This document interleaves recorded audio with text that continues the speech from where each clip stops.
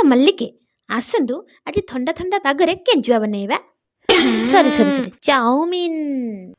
ପ୍ରଥମେ ତେଲ ପକେଇବେ, ତାପରେ ଲଙ୍କାକୁ ପୁଚକିନା ପକେଇବେ, ତାପରେ ପିଆଜକୁ ଷ୍ଟାଇଲ ମାରିକି କାଟିକି ପକେଇବେ ଯେତେ ପର୍ଯ୍ୟନ୍ତ ହାଲିଆ ନ ହେଇଥିବ। ତାପରେ ଯେତେ ଯାବତୀୟ ପରିବା ପକେଇଦେବେ।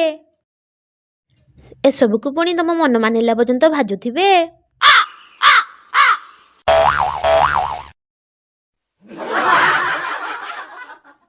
ସବୁ ସଇଲା ପରେ ତମ ଘରେ ଯେତେ ପ୍ରକାର ମସଲା ଥିବ ପକେଇ ଦେଇକି କେଞ୍ଚୁଆକୁ ଢାଳି ଦେଇକି ଅଲଟ ପାଲଟ କରି ଚାଲିଥିବେ।